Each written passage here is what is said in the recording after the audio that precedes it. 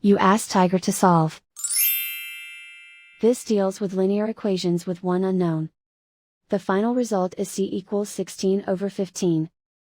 Let's solve it step by step. Simplify the expression. Multiply the fractions. Simplify the arithmetic. Isolate the c. Multiply both sides by inverse fraction 2/5. Group like terms.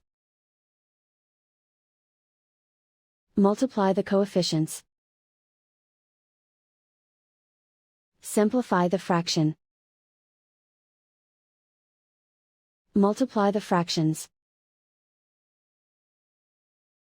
Simplify the arithmetic.